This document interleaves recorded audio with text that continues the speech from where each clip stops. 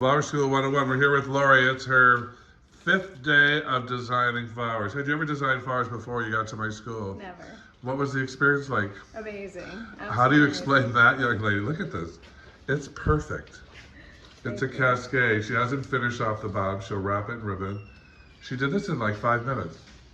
And you've only been designing flowers for 5 days? Yeah, absolutely. Um, I'd carry it. How hard was that to make? It was actually very easy. You're in Dallas, you've been designing for 5 days, and she spits this out in no time at all. It's sheer perfection. Some bouquets photograph better than others. This one is, in real life, simply perfect. There's nothing, I always say, if it's not right, I will tell you and I will change it. It's so good. Point it straight at the camera. There you go. Cascade, Flower School 101 in Dallas. Remarkable, Lori. It's fantastic. Thank you. This is what the girls want. That boho, and they say they want cascades, but they don't, because you know why? People don't make cascades like this. This is not a real pointed cascade. It's a loose cascade, which is what they want. They just don't know it, and florists don't know to offer it to them. And you just made one. That's perfect.